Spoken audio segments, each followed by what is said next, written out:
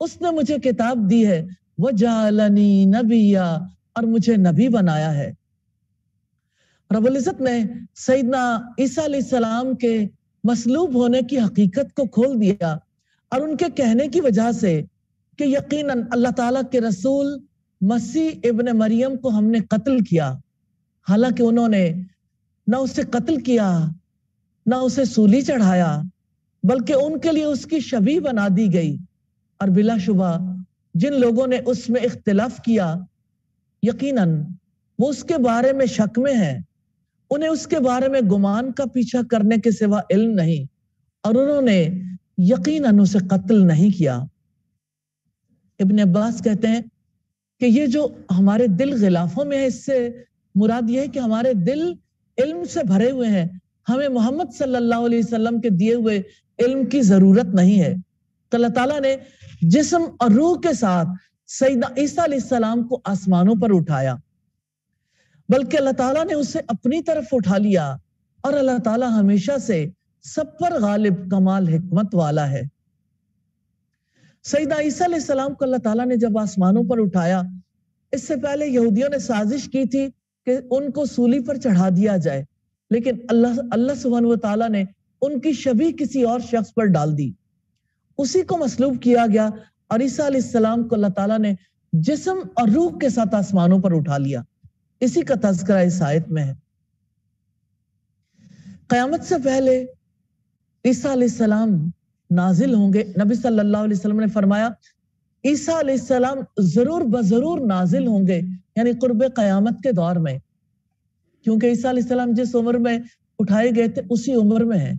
جب وہ واپس آئیں گے، دو فرشتوں کے کندھوں پہ ہاتھ رکھے ہوئے، اور ان کے بالوں سے پانی ٹپک رہا ہوگا، دمشق میں انہیں وہ فرشتے اتاریں گے، اور یوں اللہ سبحانہ و تعالیٰ کے حکم سے وہ صلیب توڑ ڈالیں گے، سور کو قتل کر دیں گے، اور کلمہ صرف ایک اللہ سبحانہ و تعالیٰ کا ہو جائے گا۔ اور اہل کتاب میں سے کوئی ایسا نہیں مگر اس کی موت سے پہلے اس پر ضرور ایمان لائے گا، اور قیامت کے دن وہ ان پر گواہ ہوگا۔ سیدنا عیسیٰ علیہ السلام کے نزول کا تذکرہ تقریباً 100 سے زائد احادیث میں ملتا ہے۔ عیسیٰ علیہ السلام کی دوبارہ آمد قیامت کی بڑی نشانیوں میں سے ہے۔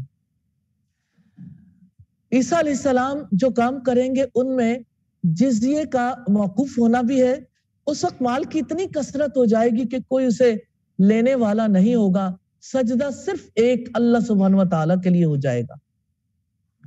تو ان لوگوں کے ظلم کی وجہ سے جو یہودی ہوئے، ہم نے ان پر پاک چیزیں بھی حرام کر دیں جو ان کے لیے حلال کی گئی تھیں، اور ان کے بہت سوں کو اللہ تعالیٰ کی راہ سے روکنے کی وجہ سے اور ان کے سود لینے کی وجہ سے، حالانکہ یقیناً انہیں اس سے منع کیا گیا تھا، اور ان کے لوگوں کے مال کو باطل طریقے سے کھانے کی وجہ سے، اور ہم نے ان میں سے کافروں کے لیے دردناک عذاب تیار کر رکھا ہے۔ لیکن ان میں سے جو لوگ علم میں پختہ کار اور ایمان والے ہیں، وہ اس پر بھی ایمان لاتے ہیں جو آپ کی طرف نازل کیا گیا، اور جو محمد صلی اللہ علیہ وسلم سے پہلے نازل کیا گیا، اور وہ نماز قائم کرنے والے ہیں اور زکوٰۃ ادا کرنے والے ہیں، اور اللہ تعالیٰ اور آخرت کے دن پر وہ ایمان لانے والے ہیں۔ یہی لوگ ہیں، جلد ہی ہم ان کو اجر عظیم دیں گے۔ کرنے والے کام ہے علم میں پختگی پیدا کرنا، ایمان لانا، اللہ تعالیٰ کی تعلیمات پر ایمان لانا، نماز قائم کرنا، زکوٰۃ ادا کرنا، اللہ تعالیٰ اور یوم آخرت پر ایمان لانا۔ اور جن کاموں سے روکا گیا، ظلم، شرک، عہد شکنی، اللہ تعالیٰ کی آیات کو جھٹلانا، پیغمبروں کو ناحق قتل کرنا، اپنے دلوں کو غلافوں میں محفوظ سمجھنا، کفر، بہتان، اللہ تعالیٰ کے راستے سے روکنا، لوگوں کے مال ناجائز طریقے سے کھانا، کیسی شخصیت، کیسا کریکٹر ہے جو اللہ سبحانہ وتعالیٰ نے سامنے رکھا ہے۔ یہ ہے یہودی کردار، جس کو اللہ سبحانہ وتعالیٰ نے انالائز کیا، آپ کے سامنے سینکڑوں سالوں کا سفر کر کے یہ تجزیہ پہنچا ہے۔ آج بھی یہودی کردار کو دیکھنا چاہے، اس سے سرے منہ مختلف نہیں ہے۔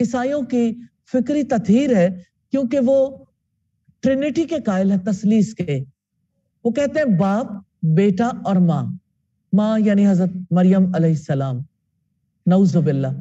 یا ان کے کچھ فرقے یہ یقین رکھتے ہیں کہ باپ، بیٹا اور روح القدس. ٹرینٹی چاہے ایک طرح کی ہو یا دوسری طرح کی ہو، اس کے مقابلے میں اللہ سبحانہ و تعالیٰ نے حق پیش کیا ہے اور وہ توحید ہے.